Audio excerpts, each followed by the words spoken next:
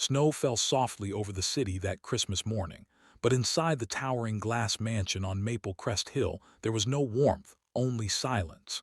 Victor Hale, a billionaire tech magnate admired by millions, sat alone at a 20-seat dining table, staring at a perfectly decorated tree that glittered without meaning. The house staff had the day off. His phone was quiet. The world celebrated, but the man who had everything felt like he had nothing. 3 months earlier, he had lost his wife to a sudden illness, and since then, every achievement, every headline, every dollar felt hollow. Christmas had once been her favorite day. Now it was a reminder of what money could never buy back.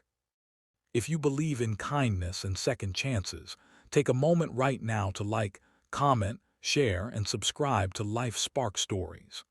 Your support keeps these stories alive and spreading hope. Victor could not bear the silence any longer. He grabbed his coat and left the mansion, choosing to drive without direction.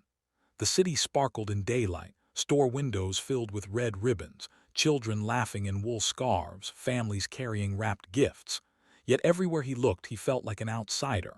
At a traffic light near a small neighborhood park, he noticed something unusual. A young woman, perhaps in her early 30s, stood beside a worn wooden bench. Her coat was thin, her boots scuffed, and her hands red from the cold. Beside her stood two children, a boy around 8 with messy dark curls and a little girl clutching a handmade paper star. They were not waiting for anyone. They were setting something up.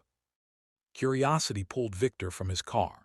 He walked closer, careful not to intrude. The woman, whose name he later learned was Elena Morno, began unpacking small paper bags from a canvas tote. Inside were simple sandwiches, oranges, and knitted gloves in mismatched colors. One by one, she approached homeless individuals gathered near the park entrance and handed them the items with a soft smile. The children followed, offering shy waves and placing the gloves gently into cold hands. There were no cameras, no social media posts, no applause. Just quiet, intentional kindness on a bright winter morning. Victor stood frozen. He had donated millions to charities through corporate foundations, yet he had never knelt on cold pavement to look someone in the eyes. He had never let his own hands feel the winter air while helping another. He watched as Elena removed her own scarf and wrapped it around an elderly woman's shoulders. The little girl gave away her paper star to a man sitting alone, telling him it was for his tree, even if that tree existed only in memory. Something inside Victor shifted. Grief had built a wall around his heart, but this simple scene cracked it open. He approached Elena cautiously and asked how she managed to organize such generosity. She explained that she worked 2 part-time jobs, and every December she and her children saved small amounts to share a Christmas morning meal with those who had less. She said she could not give much, but she could give presents.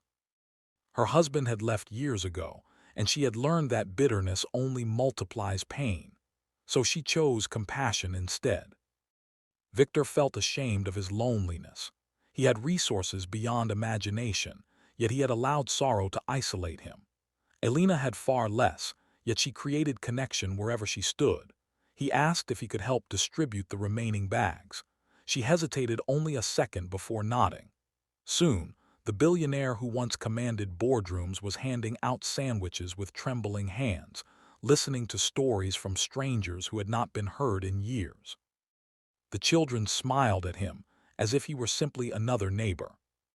As the sun rose higher, something extraordinary happened. Victor laughed for the first time since his wife's passing. It was not loud or dramatic, but it was real. The park no longer felt cold. The air felt lighter. He realized that wealth had given him comfort, but service gave him meaning. Before leaving, he asked Elena what her children wished for Christmas. She smiled and said they already had what mattered most. That afternoon, Victor made a decision that would redefine his legacy. He quietly funded a year-round community outreach center near that very park, ensuring it would offer meals, job training, and childcare support.